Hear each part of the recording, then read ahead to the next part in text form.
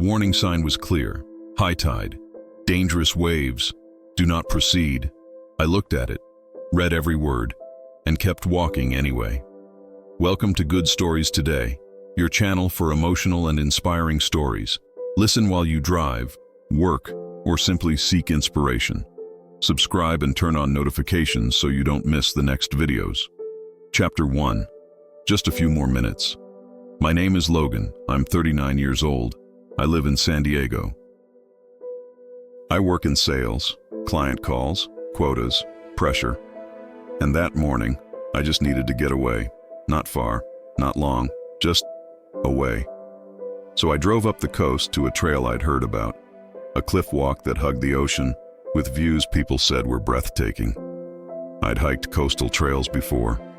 I'd grown up near the water. I wasn't some tourist who didn't know what I was doing.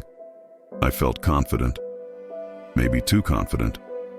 I arrived around 10 a.m. The parking lot was nearly empty. Just 2 other cars. The sky was clear. The sun was bright. The ocean was calm, or at least it looked calm from the parking lot. I grabbed my backpack, locked the car, and headed toward the trailhead. That's when I saw it. A wooden sign, weathered and faded, but the words were clear. Warning. High tide occurs between 11 a.m. and 2 p.m. Sections of this trail may be impassable. Waves can be unpredictable and dangerous. Use extreme caution. I checked my watch. 10:05 a.m. I had almost an hour before high tide, plenty of time. The trail started easy. A wide dirt path along the top of the cliffs. The ocean stretched out below, deep blue and endless. The air smelled like salt and seaweed. Seagulls cried overhead. It was perfect. Exactly what I needed. I walked for about 20 minutes, taking photos, breathing in the air, feeling the tension of the last few weeks start to dissolve. And then the trail descended. Not dramatically, just gradually, down toward sea level.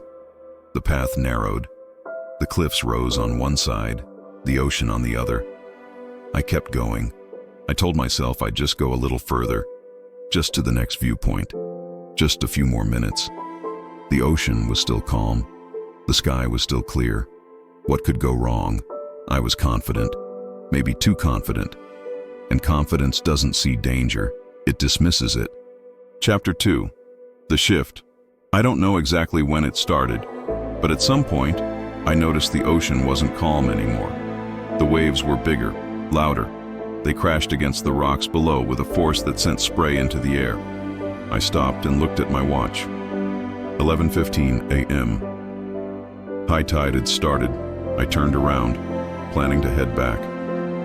But the trail behind me looked different. The section I'd just walked, the lower, narrower part, was already getting hit by waves. Water was washing over the rocks, foaming and retreating, then crashing again. I'd been so focused on moving forward, I hadn't noticed how close the water had gotten. Okay, I thought. No problem. I'll just move faster. I started walking back, keeping my eyes on the path, but the waves kept coming. Bigger now, more frequent, and the trail was getting narrower. In some places, the ocean was washing across it completely, leaving slick rocks and foam. I had to time my steps between waves, wait for one to retreat, step quickly, move to higher ground before the next one came. My heart started beating faster. Not full panic, not yet. Just awareness. This is more serious than I thought. I kept moving, but the waves were relentless. And then I rounded a corner and saw it. The section of trail ahead, the section I needed to cross to get back, was completely submerged. Waves were crashing over it, 6 feet high, slamming into the cliff wall and sending spray everywhere. There was no way through. I was cut off. The ocean wasn't calm anymore, and the path I'd walked so easily an hour ago was gone. Chapter 3. The Mistake. I stood there, staring at the water, trying to think. Maybe if I wait, the waves will calm down. Maybe if I time it right, I can run through between waves. I watched the pattern. Wave, crash, retreat, wave, crash, retreat. There was maybe a 5-second window between each one. If I moved fast, I could make it. I waited for the next wave to crash and retreat. Then I ran. My boots splashed through ankle-deep water. The rocks were slick. I slipped, caught myself, kept moving. I was halfway across when I heard it, the sound of the next wave building. I looked back. A wall of water was rushing toward me, bigger than the others. I tried to run faster, but I wasn't fast enough. The wave hit me like a truck, cold, heavy, violent. It knocked me off my feet, slammed me against the rocks, dragged me backward. I clawed at the stone, trying to hold on, but the current was too strong.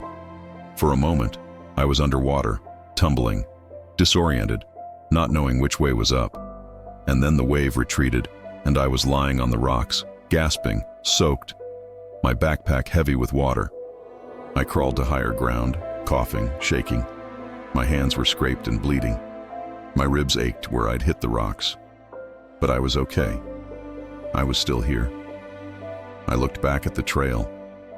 The section I'd just tried to cross was underwater again, and the waves weren't stopping. I was trapped. One mistake, one wrong move, and now I had no way forward and no way back. Chapter 4. Panic. The fear hit me all at once. I'm stuck on a narrow ledge between the ocean and the cliff, with nowhere to go. My breathing got faster. My hands started shaking. What if the tide keeps rising? What if the waves get bigger? What if I get swept off this ledge? I pulled out my phone. No signal. Of course. I was at the base of a cliff, surrounded by rock and water. I tried anyway, held it up, moved around, looking for even one bar. Nothing. I was completely alone. I looked at the cliff behind me. It was steep, nearly vertical in places. Could I climb it? I reached up, testing a handhold. The rock crumbled under my fingers. No, I couldn't climb it, not without gear, not soaking wet with a heavy backpack. I looked at the ocean. The waves were getting bigger. Each one crashed higher up the rocks, closer to where I was standing. I pressed myself against the cliff, trying to stay out of reach. But there was only so much space, and the tide was still rising. My mind started racing. What if no one finds me? What if I'm here all night? What if the water reaches me? I can't swim in this. The current would pull me under. I'm going to die here. That thought entered my mind and I couldn't get it out. I'm going to die here because I ignored a warning sign, because I thought I knew better, because I was arrogant. I wanted to scream, to run, to do something, but there was nowhere to run, nowhere to go. Just me, the cliff, and the ocean. The danger wasn't just the water. It was my mind, the panic, the certainty that I wasn't going to make it. Chapter 5. The stop. I don't know how long I stood there, pressed against the cliff, watching the waves. Maybe 10 minutes, maybe 30. But at some point, something inside me shifted. I realized panicking isn't helping. Running isn't helping. Fighting the ocean isn't helping. I couldn't control the waves. I couldn't control the tide. The only thing I could control was myself. I sat down on the ledge, my back against the cliff, my legs pulled up to my chest, and I forced myself to breathe. Not the short, shallow breaths of panic, but slow, deliberate. In, hold, out, hold, again and again. My heart rate started to slow. My thoughts started to clear. I looked at the ocean, really looked at it, and I noticed something. The waves weren't random. There was a pattern. Big wave, smaller wave, smaller wave, big wave. It repeated over and over, and I realized if I could time it right, if I waited for the smaller waves, I might be able to cross. Not by running, not by forcing it, but by waiting, watching, moving at the right moment. I closed my eyes, and I prayed. Not a desperate prayer, not a plea for rescue, just honesty. God, I messed up. I ignored the warning. I thought I knew better, and now I'm stuck. I'm scared, but I can't keep panicking. I need to think clearly. Help me be patient. Help me see the moment when it's safe to move. I'm not asking you to stop the ocean. I'm just asking you to help me see it clearly. I sat there for a few more minutes, breathing, watching, waiting. And slowly, the fear started to lose its grip. Not because it went away, but because I stopped feeding it. I realized that fighting the ocean would kill me, but listening to it might save me. Chapter 6. The Right Decision. I watched the waves for a long time, counting, timing, studying the pattern: big wave, small wave, small wave, big wave. I waited for 3 full cycles to confirm it. Then I stood up. My legs were stiff. My clothes were still soaking wet, but my mind was clear. I waited for the next big wave to crash and retreat. Then I moved, not running, not rushing, just steady, deliberate. I stepped into the shallow water left by the retreating wave, kept my eyes on the rocks ahead, placed each foot carefully. A smaller wave came. It washed over my ankles, but it didn't knock me down. I kept moving. Another small wave. Same thing. I was halfway across now. I heard the next big wave building. I looked up. I was almost there, almost to higher ground. But the wave was coming fast. I had maybe 5 seconds. I ran. My boots slipped on the wet rocks. I stumbled, caught myself, pushed forward. The wave hit just as I reached the higher section of trail. It crashed against the rocks behind me, spray hitting my back. But I was out of reach. I was safe. I collapsed on the trail, breathing hard, heart pounding. I'd made it, not through force, not through speed, but through patience, through observation, through waiting for the right moment. I didn't fight the ocean. I listened to it, and it let me through. Conclusion. The walk back. I walked the rest of the trail in silence, soaking wet, exhausted, humbled. When I reached the parking lot, the warning sign was still there: high tide, dangerous waves, do not proceed. I stopped and looked at it, and I felt something I hadn't felt in a long time: gratitude. Not because I'd survived, but because I'd learned. I'd spent my whole life thinking confidence meant knowing I'd be okay, that warnings were for other people who didn't know what they were doing. But that day, I learned the difference between confidence and arrogance.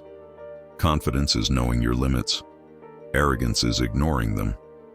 I thought about the moment on the ledge, the moment I stopped panicking and started listening, and I realized that's where God was, not in rescuing me from the ocean, but in helping me see it clearly, in calming my mind enough to think, in giving me the patience to wait for the right moment. I didn't feel rescued. I felt guided. I got in my car and drove home. That night, I sat on my couch, staring at my phone, and I realized how close I'd come, how one more wrong decision, one more moment of panic, could have ended differently. And I felt small. Not in a bad way, but in a humbling way. The ocean didn't care about my confidence. It didn't care about my plans. It just was, and I had to respect that. The danger wasn't the ocean. It was my certainty that nothing would happen. Final reflection. We all ignore warnings sometimes. We think we know better. We think we're the exception. We see the sign, read the words, and keep walking anyway. And sometimes we get lucky, but sometimes we don't. That day, I learned that courage isn't ignoring danger. It's respecting it. It's listening when something tells you to stop. It's being humble enough to admit you don't have all the answers. I also learned that faith isn't about asking God to change the circumstances.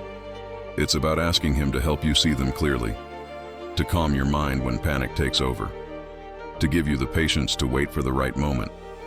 The ocean didn't change that day, but I did, and that made all the difference. If this story resonated with you, subscribe to Good Stories today for more human stories about fear, faith, and the moments that change us, often when we least expect it. Thanks for listening. And remember, the warnings aren't there to limit you. They're there to protect you. And sometimes, The bravest thing you can do is listen. See you in the next story.